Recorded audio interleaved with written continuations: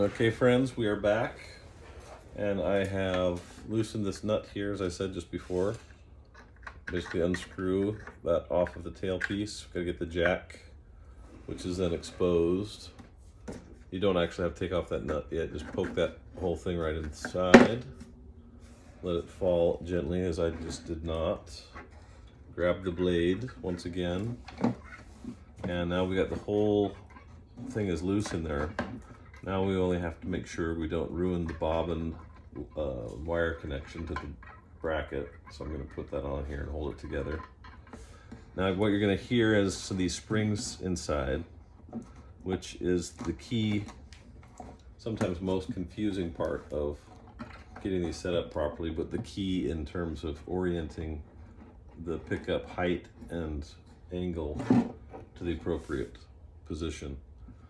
So you'll notice the height of these springs is just smaller than the cutout. So when you put these in, take these in and out, you've got to be very careful not to catch the lip of that spring on the lip of the spruce and pull a big sliver off. So you have to be very careful. You can see there's very little wiggle room. So pulling that out gently. Now I see I've lost my spring. There should be a third spring here, which is typically why sometimes you have to repair these. That third string is, in best case, it's welded to the bracket. Worst case, they didn't do anything but just glue it upon installation. So this one has been a glued one and it has fallen inside, so we'll have to get that, retrieve that somehow. So we're going to pull out our pots. These pots are these massive, from the 30s, these are the big old 1 meg or 500K at least pots that they put in here with the paper capacitors, or let's see what this one is. Yeah, so this one's all original, even though this top has been refinished and the back very poorly by someone.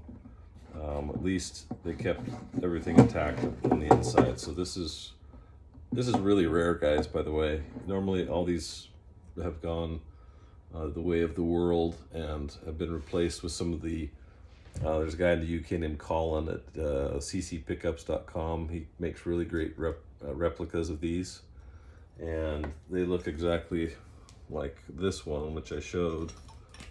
This is actually a replica. You see the magnet color is different. The screws are newer and nicer, but I had the pots and attached it to a order I got from Colin in the UK for that one. But if you're lucky enough to have this original, take good care of it, because they're extremely rare.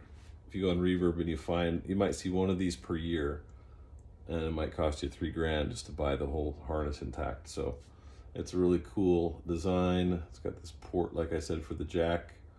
And so once we've taken it out, now we're going to put it back in and show you how to properly orient it for the height, perfect, ideal height, blade string interface.